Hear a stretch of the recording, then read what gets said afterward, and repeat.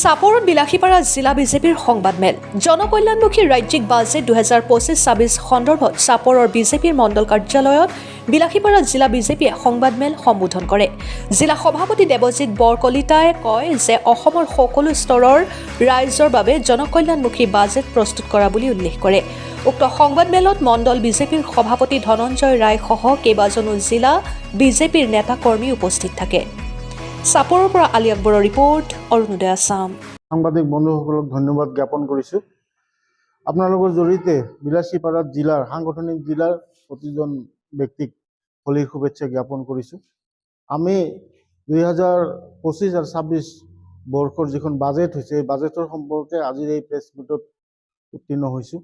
এইখন সৰ্বজন স্পৰ্শী সৰ্বজন গৃহী এখন ধুনীয়া বাজেট হৈছে।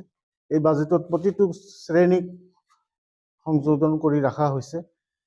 আপোনালোকে দেখক কৃষকৰ পৰা আৰম্ভ কৰি মধ্যবিত্ত শ্ৰেণীলৈকে সবকে এই বাজেটত সংযুক্ত কৰিছে।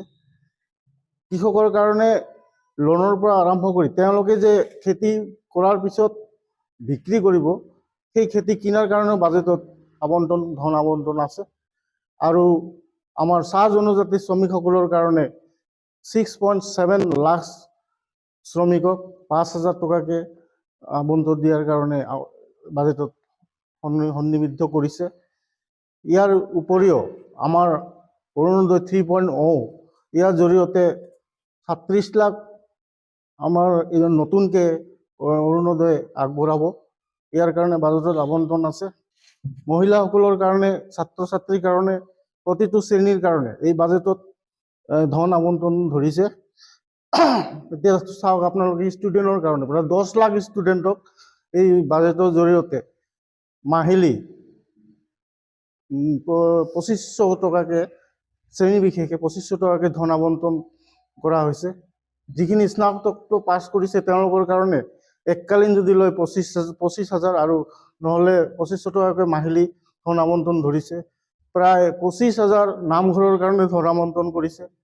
ইয়াৰ উপৰিও চবতকৈ ডাঙৰ কথা হৈছে যে অসমৰ আপোনাৰ দেশ গীতটো অসমৰ এই জাতীয় আমাৰ যিটো সংগীত ইয়াক বিশ্ব দৰবাৰত লৈ যোৱাৰ কাৰণে প্ৰায় 1 কোটি মানুহ একেলগে গানটো গাব পৰাকৈ এটা ব্যৱস্থাৰ কাৰণে বাজেটত ধন আবণ্টন ধৰিছে।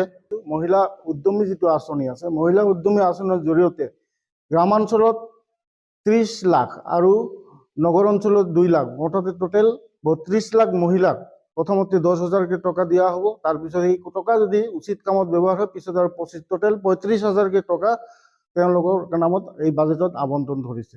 ইয়াৰ উপৰিও অসমৰ নিজা ছেটেলাইট হ'ব এইবাৰ। যেনেকৈ আমি আগত শুনিছিলোঁ বিভিন্ন দেশৰ ছেটেলাইট হয়, কিন্তু অসমৰ কাৰণে অসমৰ নিজা ছেটেলাইট হ'ব, যাৰ কাৰণে আমাৰ তথ্য আৰু প্ৰযুক্তিত কিমানখিনি আগবাঢ়িব। ইমান ধুনীয়া এটা বাজেট সৰ্বজন স্পৰ্শী হোৱাৰ কাৰণে আমি বিলাসীপাৰা জিলাৰ তৰফৰ পৰা অসম চৰকাৰৰ মুখ্যমন্ত্ৰী মাননীয় শ্ৰী ডক্টৰ হেমন্ত বিশ্ব শৰ্মা ডাঙৰীয়া আৰু বিত্তমন্ত্ৰী আমাৰ অনুপ্ৰিয়া নায়ক বাইদেউক আমাৰ তৰফৰ পৰা ধন্যবাদ জ্ঞাপন কৰিলোঁ।